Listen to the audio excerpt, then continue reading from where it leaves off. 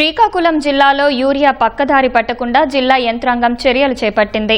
లావేరు మండలం వెంకటాపురంలో ఎరువుల దుకాణాల్లో ఆర్డీఓ సాయి ప్రత్యూష ఆకస్మిక తనిఖీలు చేపట్టారు. యూరియా పంపిణీ చేస్తున్న తీరుపై అధికారులను ప్రశ్నించారు. కూపన్లు ఇవ్వకుండా రైతుల వివరాలు లేకుండా ఎలా పంపిణీ చేస్తున్నారని లావేరు వ్యవసాయాధికారి మహేష్ నాయుడును నిలదీశారు.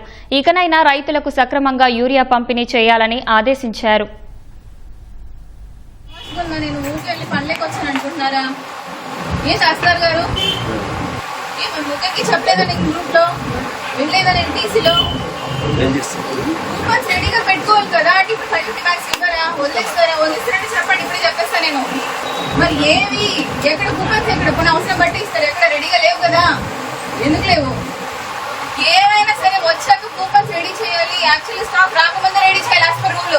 మీకు తెలీదా? నేను లేదా స్టాక్